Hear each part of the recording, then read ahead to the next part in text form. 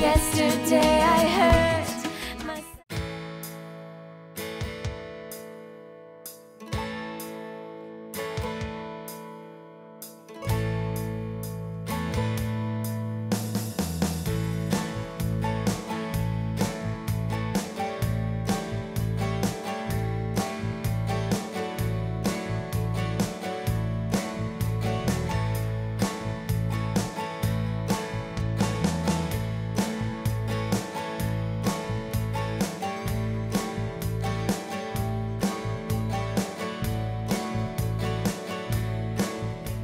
Welcome and many thanks for joining us on this week's edition of My Society. Today we are going to be looking at an issue that many Kenyans would not love to associate themselves with, and this is on the issue of monuments.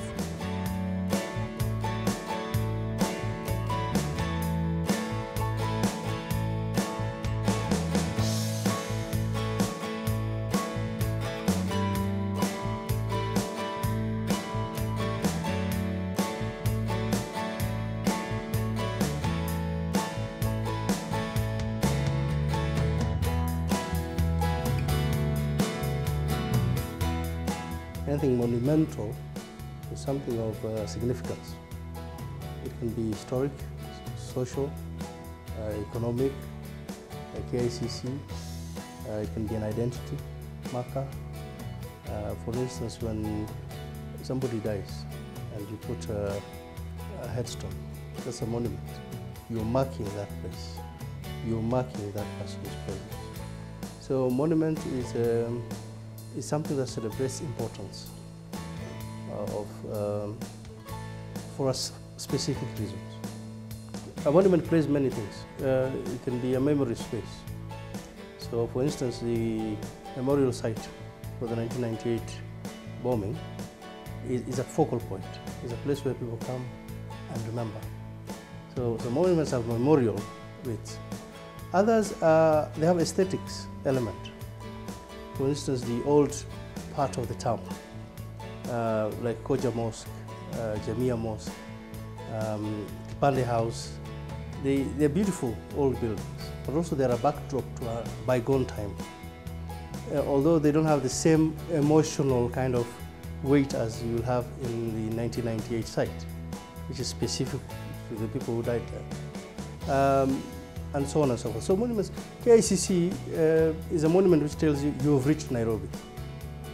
You know, you are in Nairobi. So in some monuments are markers of places, others are markers of identities. For instance, the Kiti Mikai, the stone in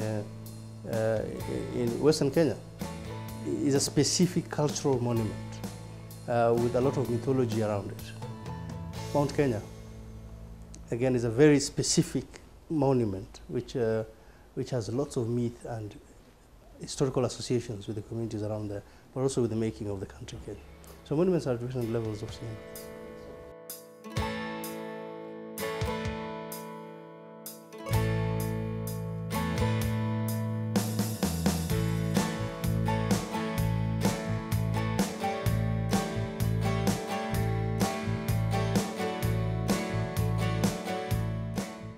My name is Henry Kimathi. I am trained as an economist and an IT person. Currently, I'm engaged in an online initiative called Enchanted Landscapes. The whole idea of Enchanted Landscapes began way back when I was in the university, as I interacted with different people from different cultures and mostly from outside the country. I realized that people knew very little about Kenya as a country. And so I took it upon myself as an initiative to begin to put together some online content that people can be able to refer to and be able to understand what Kenya is as a country. And therefore that really gave birth to Enchanted Landscapes. Being also a web developer, this was my playground just to test some of my IT skills. But slowly it grew to something that I saw people beginning to get interested and getting serious about.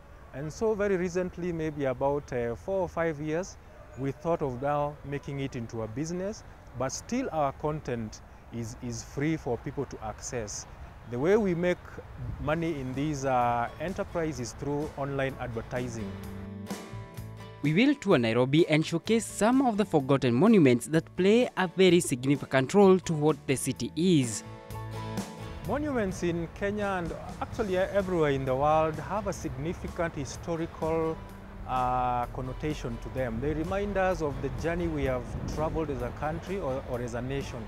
And in Kenya, therefore, it's no exception. Every single monument we have has a rich historical background to it.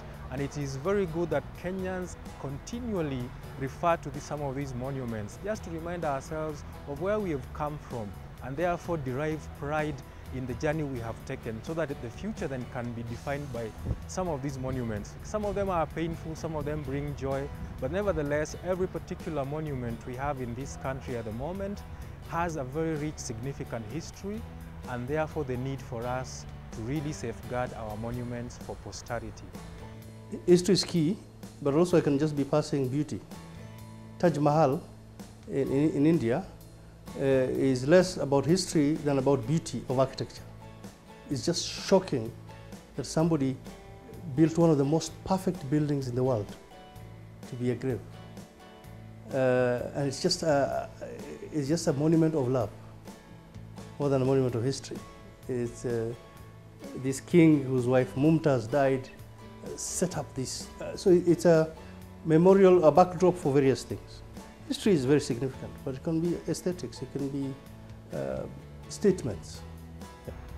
Monuments in Kenya, some of them, of course, are things that we can own as a nation because they remind us of historical figures or historical events that took place and shaped Kenya as we know it today.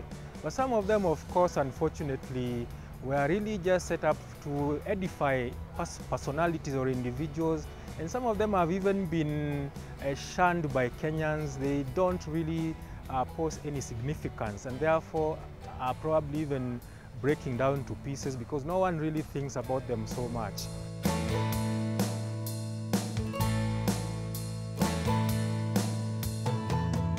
I don't know how many Kenyans were able to witness this, but right where we are standing at the Jivaji Gardens is where the first ASK happened in Nairobi. Most people, when we talk about monuments, they think it's only probably a structure made of marble and slab like what we have here at the Uhuru grounds. But really, monuments are something that remind us or signify something historical that happened, or remind us of where we are going as a nation. So a monument really can be anything, not really just a statue. For instance, look at Jivanji. There's quite a lot of rich history behind the Jivanji Gardens, having been the first ASK showground in Kenya before we moved to Jamhuri. There's quite a lot of rich history behind that. We have rule of the thumb. First of all, most of the monuments that we have in town, if you look at especially the architectural monuments, like this house is a monument. It's almost 100 years old. So if you're over 50 going upwards, then we give you consideration. But also, what is the historical or cultural or economic or identity importance of this monument? Like KICC was built in the 60s, but it's an icon. So that iconic nature of KICC, that aspect which situates you within Nairobi, has made it become a monument, an important monument. Because if you can't imagine Nairobi without KICC, and so on and so forth. So when we feel that a building qualifies to be a monument, we have researchers who go and research about it. They look at various factors. For instance, they look at the history of the building, who built it, who occupied it, what was it used for. And just a few meters away from the Jivanji Gardens, we come across the city market. Very little is known of its origin. City market, even though today it's losing a bit of its ancient glamour or its old glamour, but it's really a place that we can resonate with from the early beginnings. You will be very interested or very, very surprised to know that City Market began as an aircraft hangar, and that is why it has that very unique shape that attracts thousands and thousands of tourists from all over the world to come and see it. But it transformed then later on into a very hypermarket a place where you can get anything from artifacts, from handicrafts, clothes, and even fresh produce from different farms. And City Market today probably is being beaten by the new supermarkets coming up, but it's trying to rejuvenate itself. You of course know that now it's a 24-hour place, so you can shop there anytime, and that is part of the City Council's efforts to try and rejuvenate the strength and the glamour it used to have in the 60s. The next monument is one that Kenyans will be shocked to know of its significance not only to Kenya but to neighboring countries. It was put up back in 1939. The Galton Fenzi Memorial, most of you probably would not know it, but it's that monument, interesting monument, just in front of the Basilica and opposite the General Post Office. And this is a monument that actually marks a great man by the same name, Galton Fenzi. And Galton Fenzi is remembered in the country as the man who probably set the roadmap for some of the roads we use to different towns. Like, he's known to have driven from Nairobi to Mombasa, and therefore marking that as the route that people use to go to our coastal town.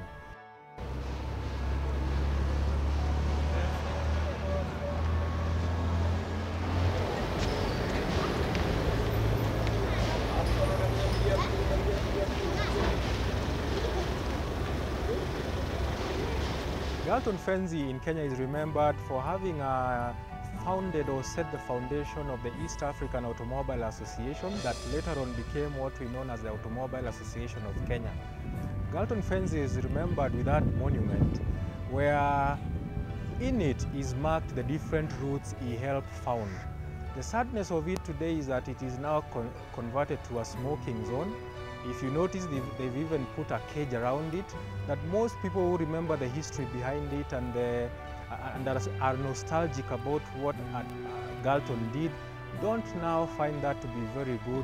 And really, tourists who are coming to the place can't even engage with the monument because of the cage around it. It is now designated as a smoking zone for the people of Nairobi in that part of the town. So communities are stakeholders in most of this. Obviously, even in the urban areas, the people will say, there's a lot of history. For instance, we're working very closely with the community in Kamkunji. And they're the ones who come to call us and say, come, there's a very important old building. It used to be a hospital. During the Second World War, it turned into a barrack. Now it is the chief's office, but it's going to be pulled down by a private developer. And we don't want that to be pulled down because it's part of our communal history. We always used to congregate around it. So you get communities that are very active. They know what is important to them. Again, if you go to Shimoni, we have the Shimoni Cave, which is a monument. And the Shimoni Cave is run by the community themselves, protected and run by them. The museum facilitates them. And the money they get from that cave goes to healthcare, education. They're actually educating somebody in the university using that money. So communities are not inert, they are active in some cases. In other cases, you come into not to Wangoi, but to other specialized community. Some of the old buildings are architectural gems.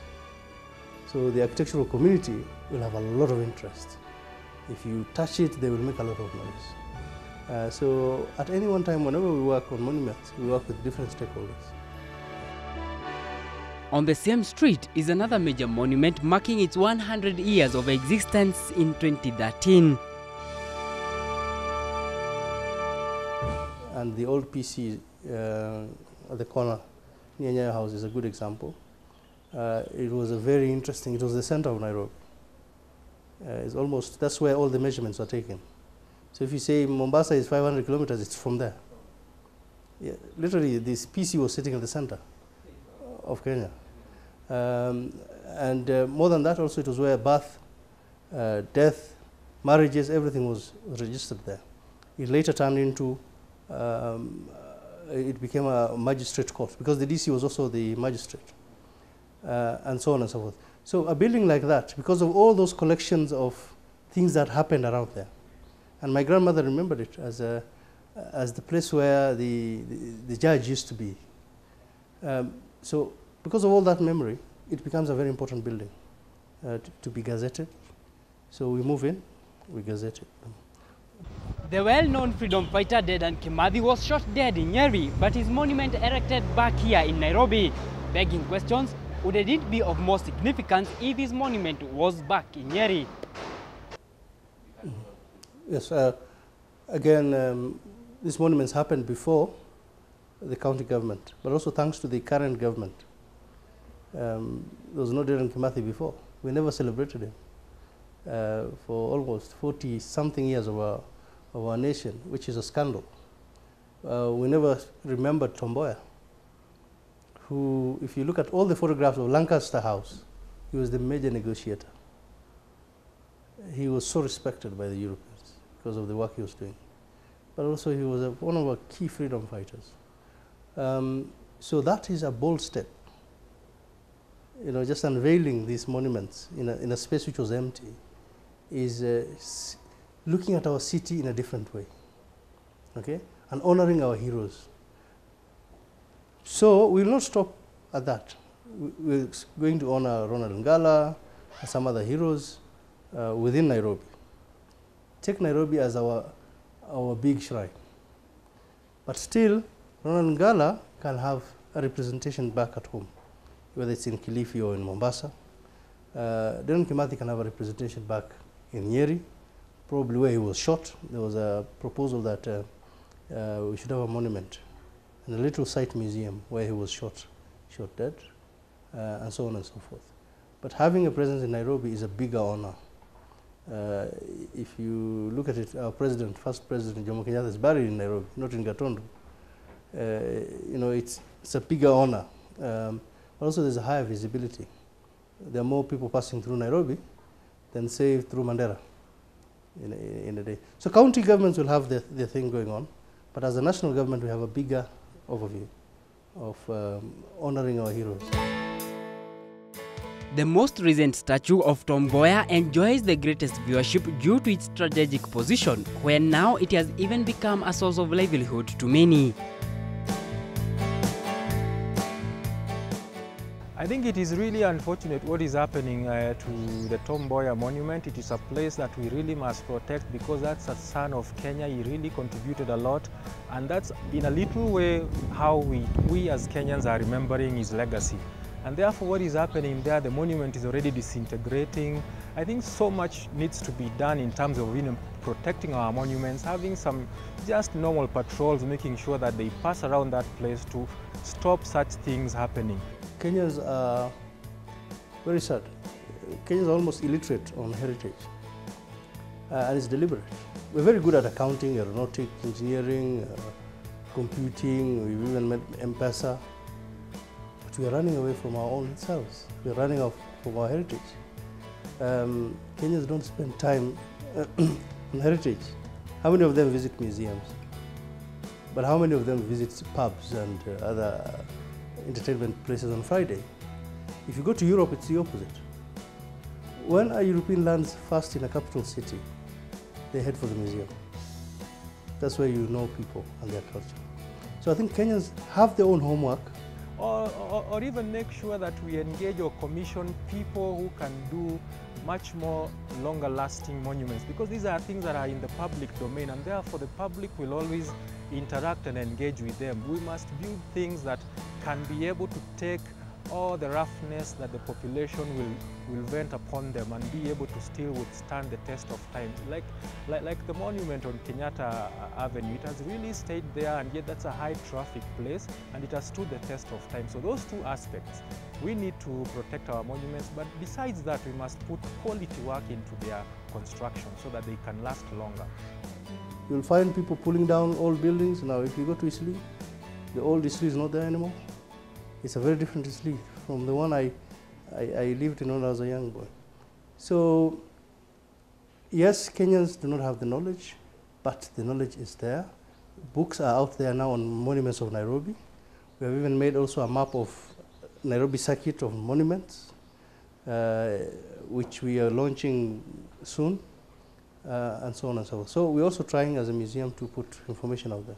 We are along Kenyatta Avenue where we meet these three people. Actually, this is a monument that we have tried to look for its name, but we have none. All that we have is that this is to the memory of the native African troops who fought, to the carriers who are the feet and hands of the army, to all other men who served and died for their king and country in Eastern Africa in the Great War of 1914 to 1918. If you fight for your country, even if you die, your sons will be remembered all along. And just to show you how Kenyans are using their monuments, we are going to cross over to the other side of the road and actually see the mistreatment that Kenyans are doing to their monuments. This monument too is to honor those who took part in World War I and World War II, and despite it being at the heart of the CBD, somebody must have been lighting a fire here. For what purposes, I don't know. And as we cross over to this other side, this place smells like, okay, more than a urinal. And according to what I see, this has been used as a urinal and to some extent for the other bigger purposes. And this is just some of the examples that as we consider the monument is degrading more and more. And how I pity this, because this is a monument that should be actually taken care of more than it is right now. However, despite these challenges, the National Museum is on the trend to introduce one ticket that will facilitate for a whole tour of museums within Nairobi, as well as the historical sites and monuments. Yes, there's a bill in Parliament which has been delayed by all the other business that has been going on in Parliament. The bill is a Heroes and Heroines Commission bill. Before that, then we want to set up the Hero Square in Uhuru Gardens, and then probably a whole complex of buildings and libraries and places where you can go in and just read about heroes. Hopefully, we're also building a lot of mausolea. The latest mausoleum we finished is Fred Kubai Mausoleum in Maimahiu. We've done Chianganeko, we've done Jaramogi, Oginga Odinga, which is, go to those places, they're really beautiful places. Ngei, Munyao, and so on and so forth. So that is ongoing. But I think the bigger thing in Nairobi will be the Heroes and Heroines Square, what we call the Mashujaa Square. One of the things that people don't talk about, that suffers during conflict, is the heritage, the monuments. The museums get looted. It happened in Baghdad. Baghdad Museum, which holds the whole history of Mesopotamia, was emptied within seconds of the American invasion.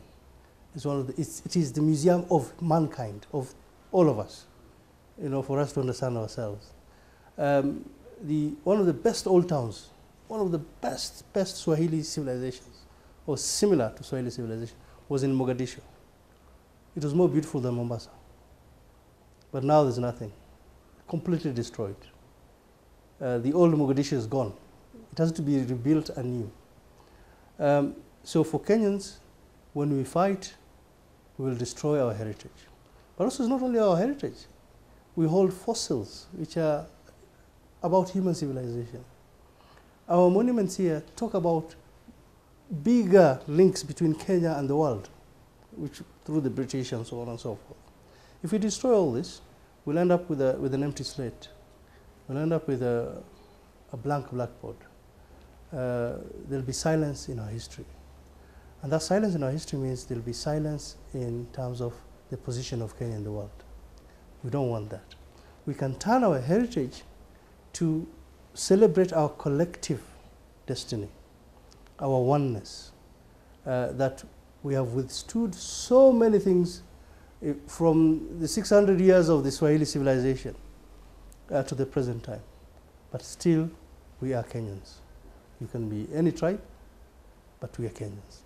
I think that it is very important for us to look at our heritage and say, we want our children also to inherit something from us. And that something has to be positive.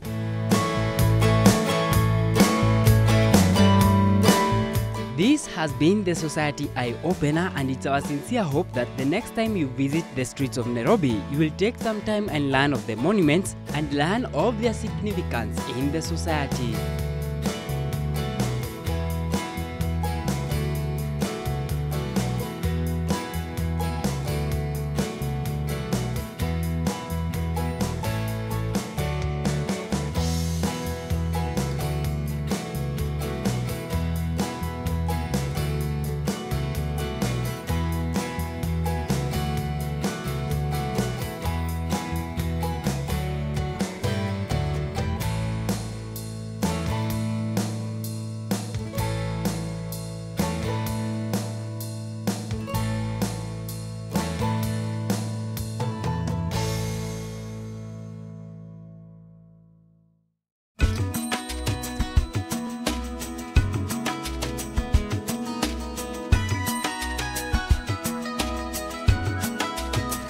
Open my eyes today, and I knew there's something different.